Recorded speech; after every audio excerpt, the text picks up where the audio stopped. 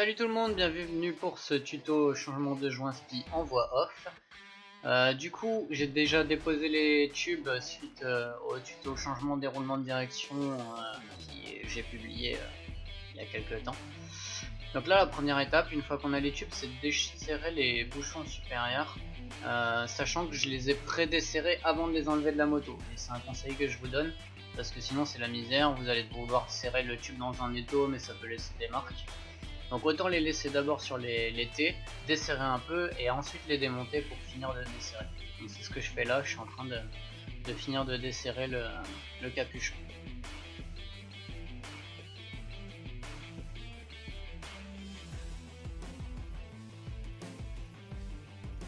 Donc là faut faire gaffe, il y a un ressort, donc on y va vraiment tout doucement pour éviter que ça nous pète à la gueule.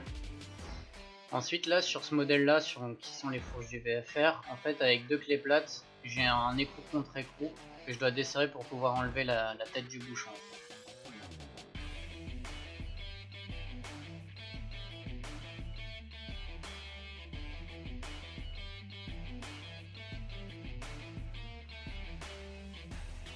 Une fois que c'est fait, pensez à enlever donc toutes les pièces une par une et à les enlever, enfin à les positionner dans l'ordre dans lequel vous les enlevez. Ce sera plus simple pour le remontage après, surtout si vous n'avez pas la revue technique ou un éclaté de ce que vous démontez. C'est valable un peu pour tout, mais surtout pour la fourche où il y a pas mal de pièces avec des rondelles, des entretoises, le ressort et ainsi de suite. Donc on vide l'excédent d'huile. Donc là il y a encore le ressort à l'intérieur. Je ne vais pas enlever tout de suite pour éviter de ramener toute l'huile avec le ressort. J'attends un peu de vider une partie de l'huile avant d'en enlever.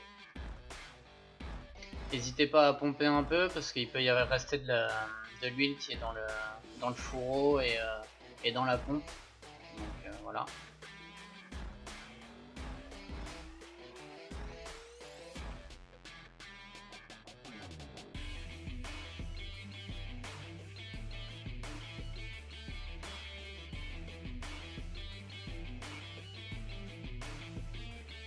N'hésitez pas à faire coulisser le tube pour pouvoir pomper avec la petite tige, ça peut vous aider à la choper.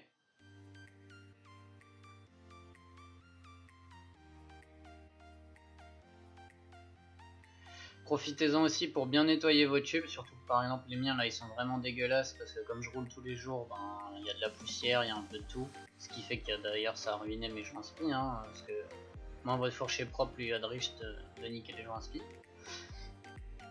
Donc tout bien nettoyer. Donc là faut faire sauter les caches poussières, alors enfin les pare-pierres, parce que le cache poussière c'est ce qu'il y a au-dessus. Toutes les motos ne sont pas équipées. Là sur le VFR il y en a, donc c'est la petite bague avec la plaquette là que je suis en train d'essayer de démonter. Donc en fait il suffit de jouer avec un tournevis, il y a une encoche d'un côté et ensuite il faut jouer tout le tour pour pouvoir le faire sauter. Ça peut prendre un tout petit peu de temps. Prenez votre temps, le faites pas trop d'un coup parce que sinon il y a un risque que vous pétez quelque chose. Donc juste minutieusement on y va de tout autour et on le fait sortir. Voilà. Ce que vous voyez là c'est des éclats de peinture séchés, donc n'hésitez pas pareil à les poncer et à les enlever pour que ce soit clean au remontage et qu'il n'y ait pas des micro-particules qui viennent se mettre dans les nouveaux joints SPI au remontage. Donc là j'enlève les caches poussières cette fois avec un tout petit tournevis. Là je fais super attention de ne pas les abîmer parce qu'il n'y en avait plus au magasin quand j'ai acheté mes joints SPI, donc je vais remettre ceux-là. Sachant que normalement c'est mieux de les changer en même temps que les joints SPI pour être sûr qu'on n'use pas les joints SPI prématurément. Ensuite il faut enlever la vis en butée, donc en bas des têtes de fourche. Si vous vous souvenez des cours de physique du collège, forcing, bras de levier, physique et mécanique, du coup je rajoute une rallonge de tube pour avoir plus de force et pour choquer la vis. Si vous n'y arrivez pas, là il n'y a pas de solution, vous ramenez les tubes au garage. Et eux ils vont le faire avec une clé à choc et ça va partir tout seul. Si vous avez de la chance et que vous entendez bien avec votre mécano, il y a de grandes chances qu'ils vous le fassent pas payer.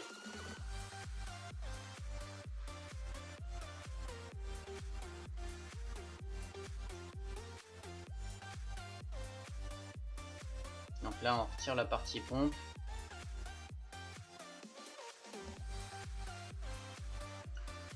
Et donc là, en fait, pour faire sauter le joint SPI, il faut pas oublier d'enlever la rondelle de sécurité, c'est important, sinon là, ça va servir à rien l'étape d'après.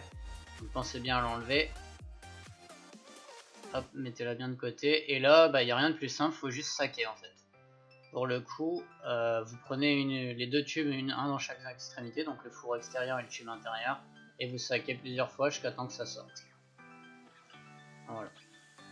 En dessous du joint spi, il y a une rondelle métallique, donc la perdez pas. Et pour mettre les nouveaux, moi je lubrifie un tout petit peu l'intérieur et l'extérieur du nouveau joint spi avant de les remettre, pour pas qu'ils soient secs et qu'ils s'abîment trop vite. Donc j'utilise l'huile de fourche, hein, j'en mets un petit peu sur mon doigt, comme vous avez vu. Et hop, je viens mettre les nouveaux joints spi. Ensuite on remet du coup le tube muni du joint spi dans le fourreau.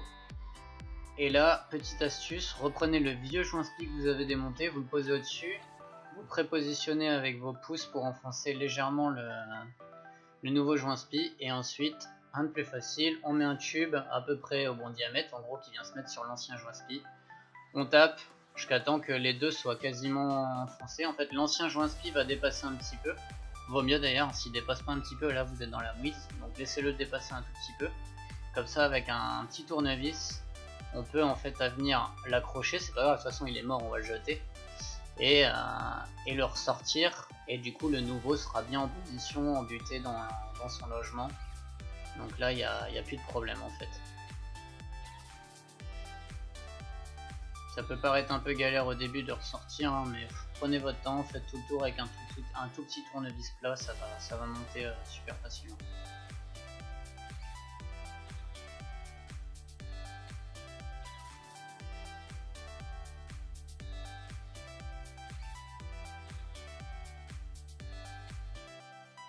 Voilà, une fois enlevé surtout, on n'oublie pas de remettre la bague de sécurité au-dessus du joint spi, hein, sinon après c'est un peu la merde. Dites-vous que tout ce que vous avez démonté dans un sens, faut le remonter dans l'autre sens. C'est pour ça que c'est important de bien étaler les pièces correctement sur votre plan de travail. Donc là je remets les anciens cache-poussières, hein. Comme je l'ai déjà dit, le mieux c'est d'en avoir des nouveaux. On les pousse avec les doigts, ça suffit largement, pas besoin de les taper ni rien. Ça rentre, on les met en butée, il n'y a pas de problème. Et là on n'a plus qu'à remonter tout en sens inverse. Donc on remet la vis avec la pompe.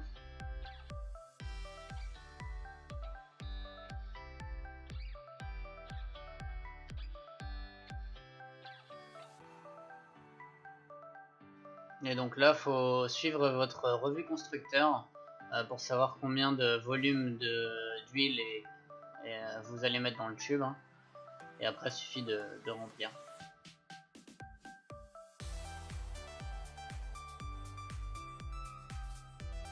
Moi personnellement je remplis avant d'avoir remis tout le reste, parce que comme il y a le capuchon après qui bloque et tout, c'est un coup à en mettre partout. Là au moins j'ai toute l'entrée du tube pour mettre l'huile, donc ça passe bien. Par contre du coup quand vous remettez les pièces, comme là le ressort et tout ça, y allez-y doucement, parce que sinon si vous lâchez tout, en fait il y a une chance que vous éclaboussez tout, ça serait dommage d'en foutre la moitié à côté et du coup de devoir racheter un bidon pour rien. Donc là on remet toutes les pièces dans l'ordre inverse, hein, donc l'entretoise, la bague, le bloqueur, et on vient remettre le capuchon de fourche. Une fois que c'est fait, on peut aussi remettre le cache-poussière.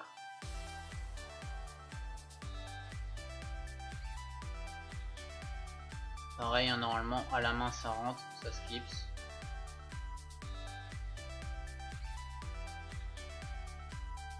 Voilà, plus qu'à faire le deuxième tout pareil et tout remonter sur la moto. Voilà, j'espère que ce tuto vous a plu et à bientôt.